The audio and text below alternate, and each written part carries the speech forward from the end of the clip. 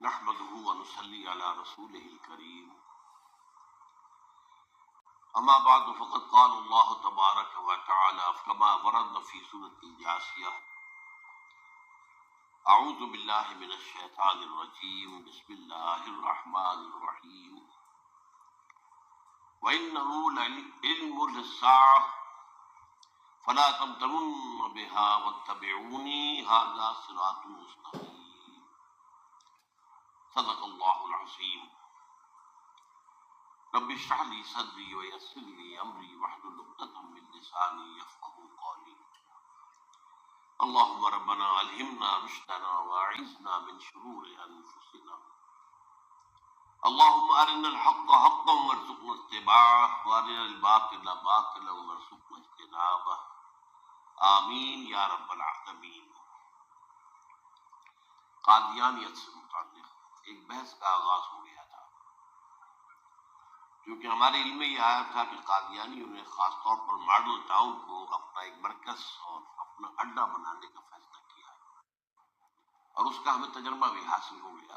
نوجوان اہل سنت کے نوجوان میرے پاس آئے تھے اور انہوں نے میری توجہ ادھر منعکس کرائی کہ یہاں پر یہ اپنی جمعے کی نماز کے لیے اوپن گراؤنڈ استعمال کر رہے ہیں اور اس میں لگا لیتے ہیں پارٹیشن وغیرہ، اور بڑی یوں سمجھیے کہ بڑی مہم کے ساتھ دونوں طرف کی سڑکیں بند کر کے، اور جو بھی لوگ مسافر ہیں انہیں بھی دعوت دیتے کہ آئیں یہاں جمعہ پڑھیں، اور بعض لوگ مغالطے میں وہاں جمعہ پڑھ لیتے۔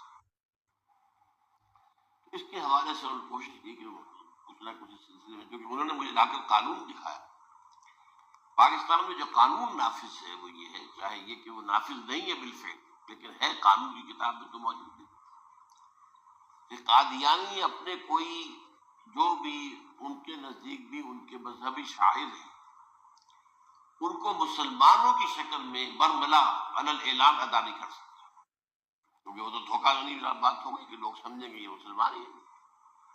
اب جب انہیں، آپ کو معلوم ہے کہ ہماری پوری جو مرکزی اسمبلی تھی، نیشنل اسمبلی، اس کے فیصلے کے تحت قرار دیا گیا بالاتفاق کہ قادیانی غیر مسلم ہے، دائرہ اسلام سے خارج ہے۔ یہ تو فیصلہ وہ پارلیمنٹ کا ایک بڑے پیمانے، بعد میں پھر ضیاء الحق صاحب کے زمانے میں یہ تو ہوا تھا، آپ کو معلوم ہے بھٹو کے زمانے میں، تو ضیاء الحق صاحب کے زمانے میں اسی کی گویا کہ فردر سٹیپ کے طور پر یہ بات طے کی گئی اور قانون بنا دیا گیا کہ وہ اپنی مسجد کو مسجد نہیں کہہ سکتے اور مسجد کی صورت پر نہیں بنا سکتے کہ گزرنے والے کو یہ خیال ہو کہ یہ مسجد ہے۔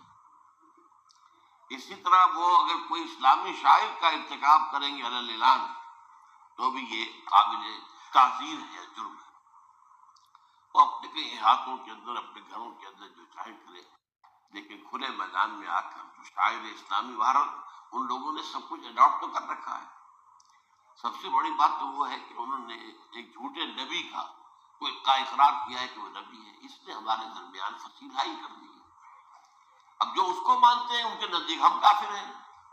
آپ کو معلوم ہے کہ یہ میں بیان کر چکا ہوں کہ حالانکہ قائد اعظم کا کتنا بڑا احسان تھا کہ چودھری ظفر اللہ خان کو انہوں نے فارن منسٹر بنایا پاکستان، لیکن جب ان کا انتقال ہوا ہے قائد اعظم کا تو اس کی جنازے کی نماز میں شریک نہیں ہوا، وہ شخص موجود رہا۔ جو دوسرے ممالک کے سفراء آئے ہوئے تھے، ظاہر بات ہے وہ مسلمان تو نہیں تھے، کوئی عیسائی تھے، کوئی اور تھے، ہندو تھے، بدھ تھے، جو بھی تھے۔ اب چونکہ قائد اعظم کا انتقال تھا ایک مملکت کے صدر کا، تو وہ لوگ سبھی موجود تھے، لیکن ظاہر ہے کہ وہ نماز میں شریک نہیں ہوئے، وہ مسلمان تو نہیں تھے، ان کے ساتھ کھڑا رہا یہ شخص۔ اس نے یہ بات، اور جب اس سے پوچھا گیا کہ تم شریک کیوں نہیں ہو تو اس نے کہا دیکھو بھائی، مجھے یا تو مسلمان سلطنت کا کافر وزیر سمجھ لو یا کافر سلطنت کا مسلمان وزیر سمجھ لو۔ میرے نزدیک یہ کافر سلطنت ہے، میں اس کا مسلمان وزیر ہوں کیونکہ میں قادیانی ہوں۔ اب تمہارے نزدیک یہ اسلامی مملکت ہے تو میں کافر ہوں، اور میں اس کی بات نہیں کروں۔ تو بہرحال ان چیزوں کی وجہ سے جو دھوکہ دینے والا معاملہ ہو گیا، ورنہ تو اور لوگ ہو یہاں پہ، ہمیں ان سے تعارض نہیں ہے۔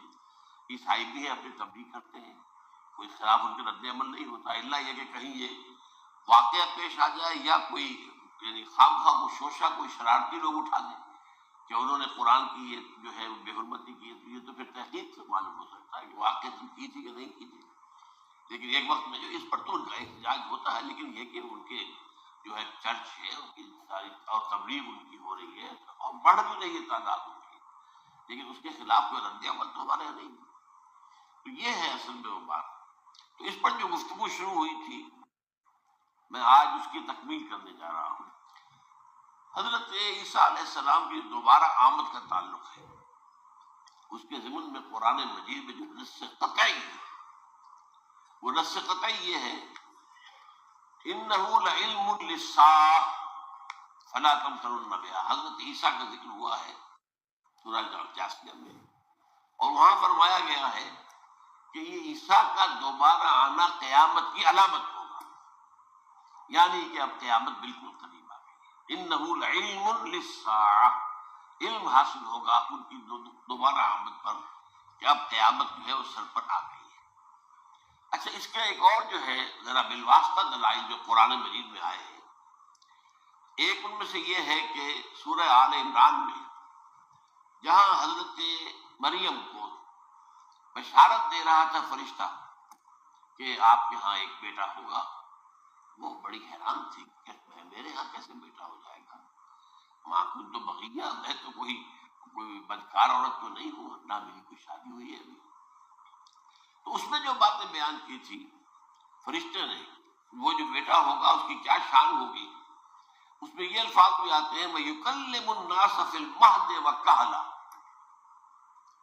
وہ باتیں کرے گا، لوگوں سے گفتگو کرے گا جبکہ وہ پنجھوڑے میں ہوگا، بچہ ہوگا، گود میں ہوگا، اور کہل کے وقت، کہل کہتے ہیں جب آدمی عمر میں جو ہے 40-45 کا کسی بھی اوپر ہو جائے، آپ پہلے طفل کہتے ہیں پھر جوان کہتے ہیں، وہ عربی زبان میں شاب کا لفظ آتا ہے، بہت جوان، بڑی اچھی صحت میں ہے، اس کے بعد پھر ظاہر بات ہے ڈھلوان شروع ہوتی ہے، یہ کہل ہے۔ جب بڑھاپے کے آثار شروع ہوتے ہیں، بال سفید ہونے شروع ہوتے ہیں، تو یہ قبول۔ اب سوال یہ ہے اس گھوڑے میں بات کر دیں، یہ تو معجزہ ہے، لہذا اس کا ذکر یہاں پر مناسب ہے۔ یہ بڑے ہو کر بات کرنے کی کیا ضرورت تھی کہنے کی، وہ تو سبھی کرتے ہیں انسان، یہ اسی لیے کہ معلوم ہو کہ کہولت بھی انہیں آئے گی یار، حالانکہ آپ کو معلوم ہے سب مانتے ہیں، عیسائی بھی مانتے ہیں، سب مانتے ہیں، 33 برس کی عمر میں انہیں اٹھا لیا گیا، اس دور میں تو کہولت آئی نہیں، اس لیے قرآن ذکر کر رہا ہے۔ اور یہ بات جو ہے دوسری مرتبہ آئی ہے، یہ سورہ المائدہ میں آیت نمبر 110 وَتُكَلِّمُ النَّاسَ فِي الْمَهْدِ وَكَهْلًا، صرف یہ ضمیر کا فرق ہے، وَيُكَلِّمُ النَّاسَ فِي الْمَهْدِ وَكَهْلًا، اور وَتُكَلِّمُ النَّاسَ فِي الْمَهْدِ وَكَهْلًا یہ ہے جب قیامت کے دن اللہ تعالیٰ حضرت عیسیٰ سے سوال کریں گے، اے عیسیٰ ابن مریم، کیا تم نے میری اجازت سے اور میری تائید سے یہ معجزے نہیں دکھائے، یہ معجزے نہیں دکھائے، میں نے تم پر یہ فضل نہیں کیا؟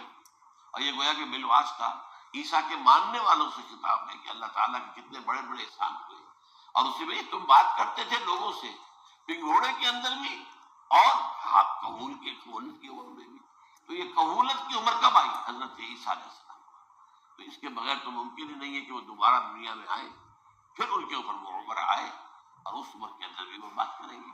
تو یہ میرے نزدیک قرآن مجید کے اندر دلائل ہے اس چیز کے کہ حضرت عیسیٰ علیہ السلام کی دوبارہ جو ہے آمد ہوگی۔ اب اس ضمن میں چاہتا ہوں کہ آج خاص طور پر جو الساعہ کی اور جو علامت قرآن میں آئی ہے، یہ ضمنی مضمون ہو جائے گا، لیکن بہرحال یہ بھی ایک معلوماتی مضمون ہے کہ ایک تو یہ قیامت کی بڑی نشانیوں میں سے حضرت عیسیٰ کا دوبارہ آنا، اور کیا کیا جو ہے باتیں بیان ہوئی ہیں وہ ذرا غور سے سن لیجیے۔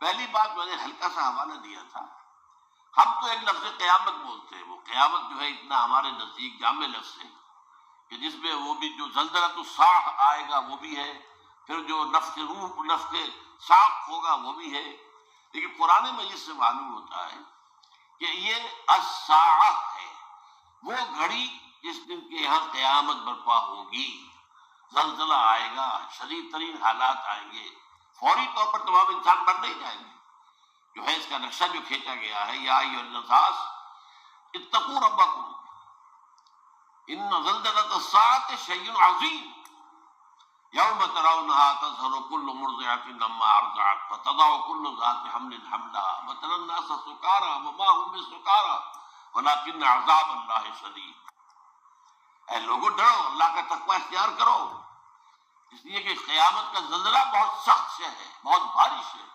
ان زلزلۃ الساعۃ شیء عظیم، جب پہاڑ چل رہے ہوں گے اور جو ہے انسان جو ہیں گے وہ جس طرح پروانے ہوتے ہیں، پتنگے ہوتے ہیں، ایسے اڑ رہے ہوں گے انسان، اور اس میں یہ بھی حال ہوگا کہ لوگ جو ہے ہر جو دودھ پلانے والی ہے وہ اپنے بچے کو بھول جائے گی، ظاہر بات ہے کہ اپنی پڑی ہوئی ہے مصیبت، حالانکہ سب سے زیادہ محبوب ترین شے دنیا میں اس سے اونچی محبت نہیں ہو سکتی جو ماں کو اپنے دودھ پیتے بچے سے ہوتی، وہ بھول جائے تصادو کل مرضعۃ لما ارضعت، اور تمہیں ایسا محسوس ہوگا کہ لوگ کسی نشے کی کیفیت میں ہیں، یعنی وہ بدحواس ہیں، بدحواس ہو گئے، لیکن یہ کہ وما هم بسکارى، اور وہ مدہوش نہیں ہوں گے، ولکن عذاب اللہ شدید۔ تو یہ ہے زلزلۃ الساعہ، وہ ایک خاص وقت جو ہے، ایک خاص گھڑی جس میں کہ یہ ہونا ہے۔ اس کے علاوہ قرآن مجید میں القارعہ، القارعہ مالقارعہ وما ادراک ما القارعہ، یوم یکون الناس کالفراش المبثوث وتکون الجبال کالعہن المنفوش۔ اب یہ کیا ہے؟ یہ نقشہ قیامت، یہ وہی ہے الساعہ، القارعہ الساعہ۔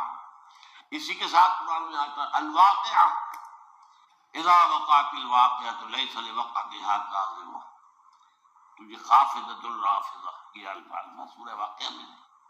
اسی طریقے سے اور جو الحاقہ ما الحاقہ وما ادراک ما الحاقہ، یہ تمام جو الفاظ قرآن مجید میں آئے ہیں یہ آئے ہیں الساعہ کے لیے، قیامت کے لیے نہیں۔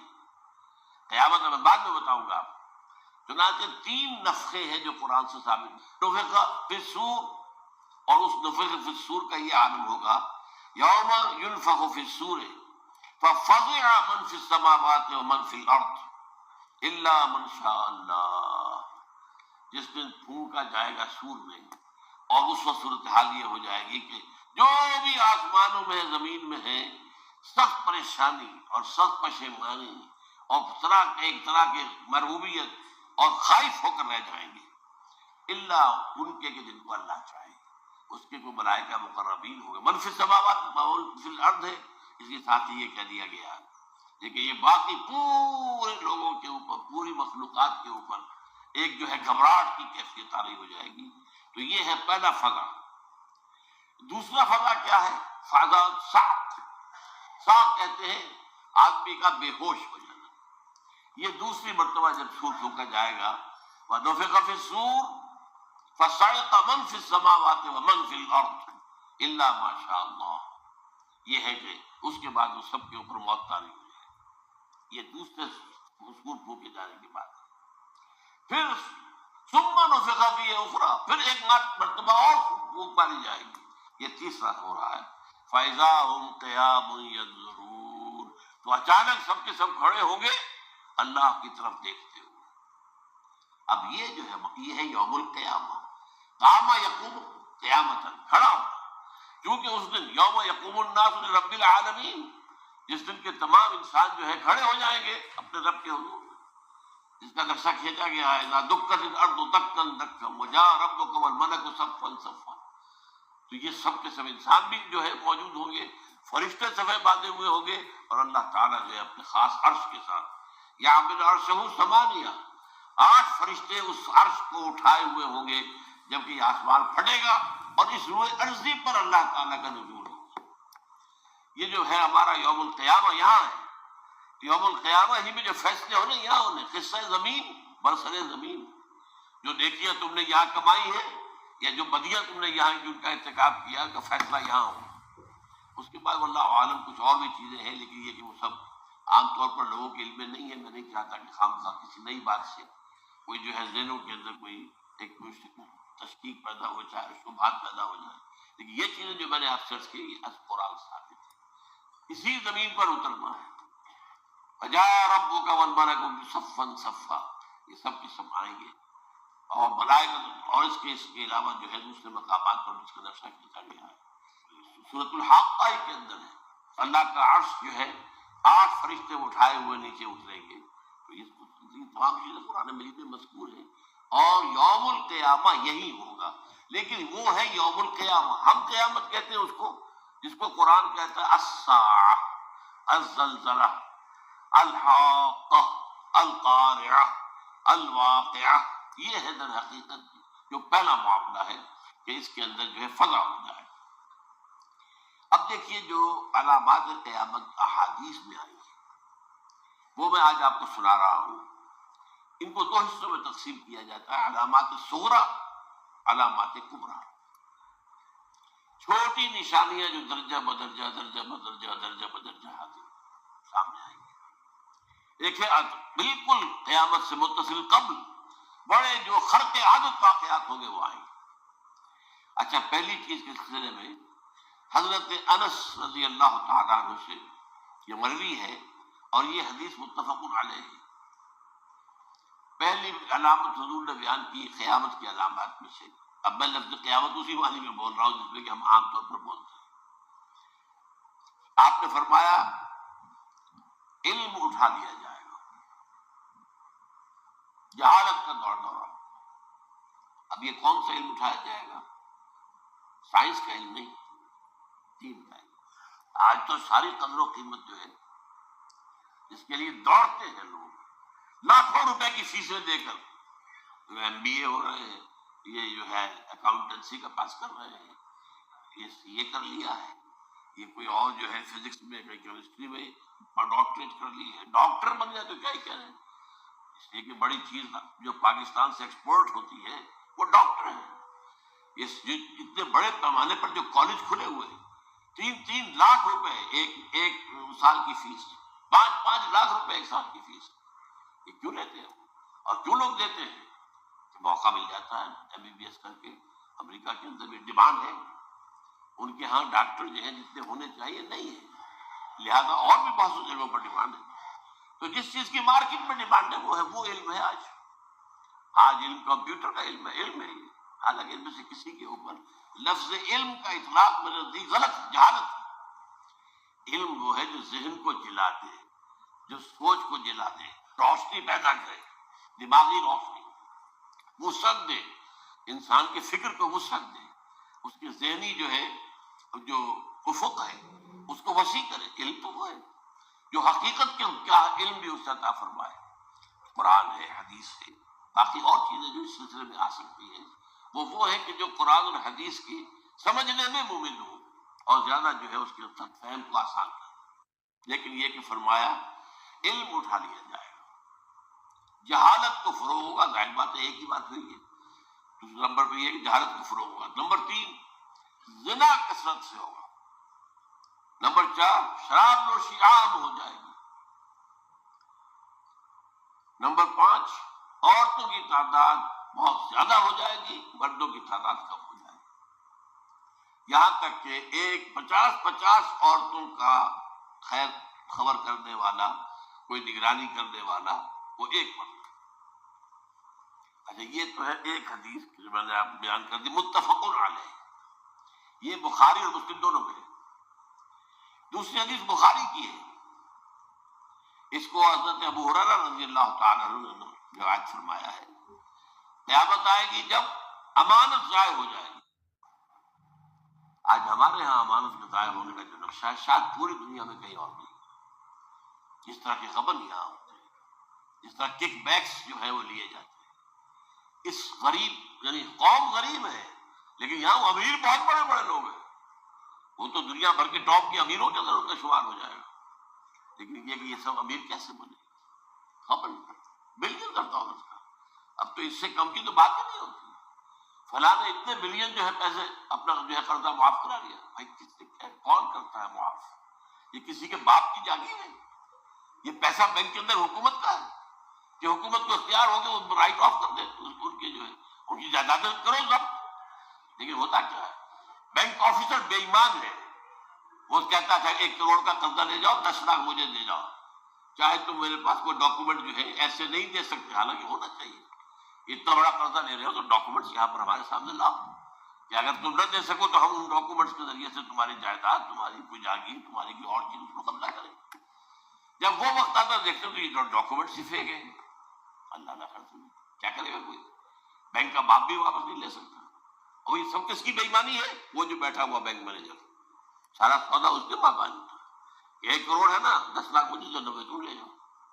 باقی یہ کہ ٹھیک ہے میں تمہارے جو ڈاکومنٹس تم پیش کر رہے اس میں کوئی اعتراض نہیں کرتا، بس جاؤ. اور نمبر 2، حکومت نااہلوں کے سپرد ہو جائے. یہ ہے امام بخاری کی روایت کردہ روایت جو حضرت ابو ہریرہ سے. مسلم شریف میں ابو ہریرہ رضی اللہ تعالیٰ عنہ سے ایک اور روایت ہے، مال عام ہو جائے گا یہاں تک کہ زکوٰۃ قبول کرنے والا کوئی نہ ہوگا. یہ بات وہ ہے جو آج سعودی عرب اور یو اے ای کے اندر آپ کثرت سے دیکھ سکتے. دولت جو ہے وہ ریل پیل. ابھی تھوڑا سا آیا ہے معاملہ خاص طور پر دبئی میں، کیونکہ وہاں بہت زیادہ کنسٹرکشن ہو رہی تھی، تو پوری دنیا میں آپ کو معلوم ہے کہ جو ریئل اسٹیٹ کہلاتا ہے اس کا حال بہت پتلا ہے، لیکن وہاں کے دولت تو ریل پیل ہے جگہ پر. اور سب سے اہم متفق علیہ روایت، متفق علیہ کیا، وہ تو حضرت عمر سے بھی مروی ہے، ابن عمر سے بھی مروی ہے، ابن عباس سے بھی مروی ہے، ابو ہریرہ سے بھی مروی ہے، عبداللہ ابن مسعود سے بھی مروی ہے رضی اللہ تعالیٰ عنہ اجمعین. اور یہ وہ حدیث ہے جسے کہا جاتا ہے حدیث جبرائیل، جسے ام السنہ بھی کہا گیا. اس میں جو آخری سوال کیا حضرت جبرائیل نے حضور سے، چوتھا، پہلا یہ تھا کہ اسلام کیا ہے مجھے بتائیے، ایمان کیا ہے، اس کی حقیقت کیا ہے یہ مجھے بتائیے، تیسرا احسان کیا ہے یہ بتائیے، چوتھا یہ قیامت کے بارے میں بتائیے کب ہوگی. حضور نے فرمایا کہ اس کے بارے میں جس سے سوال کیا جا رہا ہے وہ اس سے زیادہ نہیں جانتا جو کہ سوال کر رہا ہے. اس کے کئی مفہوم ہو سکتے ہیں کہ بہرحال یا تو حضرت، چونکہ بعد میں معلوم ہوا کہ حضور نے پہچانا نہیں کہ جبرائیل ہے، بلکہ جب سوال جواب ہو کر وہ چلا گیا شخص، تو اچانک حضور کے ساتھ ذرا ردو ہو ہی لیا، ذرا بلانا اس کو دوبارہ لانا. اب جو دیکھا کہ وجود ہی نہیں اس کا، آسمان نے اس کو چکھ لیا، زمین نے نگل لیا، کیا ہوا ہے؟ پھر آپ نے وہ یہ جبرائیل تھے جو تمہیں تمہارا دین سکھانے آئے تھے، جبکہ تم سوال نہیں کر رہے. یہ بڑے بیسک کوشچن تھے، اس لیے کہ دنیا کے ہمارا نظام اسلام پر ہے، ایمان پر نہیں ہے. اس لیے ایمان کو ویریفائی کر ہی نہیں سکتے. کیسے پتا ہوگا اس میں ایمان ہے یا نہیں ہے؟ کوئی آلہ نہیں ہے، کوئی الیکٹروکارڈیوگرام ابھی تک ایسا نہیں ہے، کوئی جو ہے اور جو طریقے چل رہے ہیں وہ تو ان کے ذریعے سے یہ نہیں معلوم ہو سکتا ایمان ہے کہ نہیں. لہذا یہاں کا سارا نظام اسلام پر ہے، شہادت اللہ الہ الا اللہ وان محمد رسول اللہ. پھر ایک نظام بنا لیا، وہ اقام الصلاۃ و ایتاء الزکوٰۃ و صوم رمضان و حج البیت. اس میں بھی یہ ہے کہ اگر کوئی نماز کو نہیں مانتا تو کافر ہوگا، لیکن نماز پڑھتا نہیں ہے تو کافر نہیں ہے، فاسق ہے، فاجر ہے، گناہ گار ہے، کمزور مسلمان ہے. اس طرح زکوٰۃ کا منکر ہو جائے گا تو وہ کافر ہوگا، لیکن زکوٰۃ دے نہیں رہا ہے تو یہ گویا کہ گناہ گاری ہے، کمزوری ہے. اس حوالے سے نوٹ کر دیجیے کہ یہاں کا دنیا کا سارا اسلامی نظام اور سارا کانسٹیٹیوشنل اور لیگل سسٹم جو ہے اسلام کا، وہ اقراروں میں لسان پر ہے. ایمان ہے وہ کہ جس کی بنیاد پر وہاں فیصلے ہوں گے. یہاں کوئی شخص مسلمانوں کا بڑا لیڈر ہے، بڑا علامہ ہے، بڑی اس کی قدر و منزلت ہے، اس کے ہاتھ چومے جا رہے ہیں، پاؤں چومے جا رہے ہیں، ہو سکتا ہے وہاں کہا جائے دفع ہو جاؤ، تمہارے دل میں ایمان نہیں تھا، تم نے یہ سب کچھ کیا تھا اس لیے کہ کہا جائے کہ بڑے عالم ہو، اور یہ کہا جا چکا فقط قیل. اب یہاں کچھ نہیں ہے تمہارے پاس. پھر فرشتوں کو حکم ہوگا کہ اس کو گھسیٹتے ہوئے جہنم میں ڈال دیں. 3 باتیں بیان کیا. یہی حشر اس کا ہوگا مالدار کا، اللہ پوچھے گا میں نے تمہیں بہت مال دیا، تم نے کیا کیا؟ وہ کچھ گنوانا شروع کرے گا، اللہ فرمائے گا جھوٹ بول رہا قدرت تھا، تم نے یہ خیرات و صدقات اس لیے کیے تھے کہ تمہاری سخاوت کے ڈنکے بج جائے، تالی پھینکی جائے. وہ کی جا چکی، دنیا میں ڈنکا بج گیا. یہاں کچھ نہیں، وہ نیت دل میں کچھ اور تھی تمہاری. میں لیس البر ان تولوا وجوہکم، والا قرآن مجید کا سبق ہمارا منتخب نصاب کا نمبر 2 بڑی تفصیل سے بیان کی. یہی معاملہ ہوگا اس عالم کا. اللہ فرمائے گا میں نے تمہیں علم دیا، تم نہیں. وہ کہے گا میں نے علم پھیلایا لوگوں میں ہدایت کی. جھوٹ بول رہا ہے، تم نے تو صرف اس لیے کیا تھا، تمہاری نیت یہ تھی کہ بڑا عالم شخص ہے، بڑا فاضل شخص ہے. تو یہ سب کہا جا چکا. تو وہاں کا معاملہ جو ہے وہ اسلام پر نہیں ہے. یا آپ دکھائیں گے دیکھیے میرا آئیڈینٹی کارڈ، اس پہ اسلام میرا مذہب لکھا ہوا ہے، یا یہ میرا پاسپورٹ ہے. آئیڈینٹیفیکیشن کے لیے دنیا میں عام طور پر یہ چیزیں ہوتی ہیں. کوئی تعلق نہیں. آخرت کا معاملہ کسی اور شے پر ہے. وہ تو ایمان دل میں ہے، اور تمہارے تمام جو حرکات ہیں، اعمال ہیں، ان سب کے اندر جب تک کہ اصل جو قوت متحرکہ ہے وہ اللہ کی محبت نہ بن جائے، اخلاص للہ، محب اللہ للہ، اور یہ کہ یہ تمام چیزیں جیسا کہ فرمایا، ایک حدیث بڑی پیاری ہے، ایمان کی تکمیل کی علامت کیا ہے؟ فرمایا من احب للہ وابغض للہ ومنع للہ واعطى للہ فقد استکمل الایمان. جس شخص کے نے محبت جس سے بھی کی اللہ کے لیے کی، اپنے مفادات کے لیے نہیں، رشتہ داری کی بنیاد پر نہیں. محبت اوپر ہو جائے، رشتہ دار کا حق ہے دو، بیوی کے حقوق ہے دو، لیکن محبت یہ اللہ کے لیے ہو کہ فلاں شخص سے مجھے محبت اللہ کی. اور اگر نفرت رکھی تو اللہ کی وجہ سے رکھی، اس لیے رکھی کہ وہ اللہ کے دین سے دور ہے، وہ اللہ کے راستے پر نہیں آ رہا ہے، وہ فسق و فجور کی جو ہے زندگی کو آ رہا. اس میں بھی یہ ہے کہ یہ نہیں ہے تعلق قطع کر لو، تعلق قطع کرو گے تو تبلیغ اور اصلاح کا موقع کہاں رہے گا، لیکن دلی محبت نہیں ہوگی اس میں.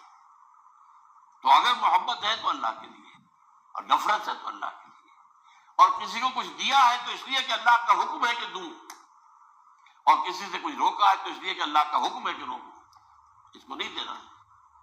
فقد استکمل الایمان، تو اس شخص نے ایمان کی تکمیل کی. یہ ہے اصل جو ڈیسائیڈنگ فیکٹر ہے، وہ یہ ہے. اور اس ایمان کی پہلی علامت کیا ہے؟ کیسے معلوم ہو میرے اندر ایمان ہے؟ پہلی علامت سب سے کم تر درجے کا ایمان،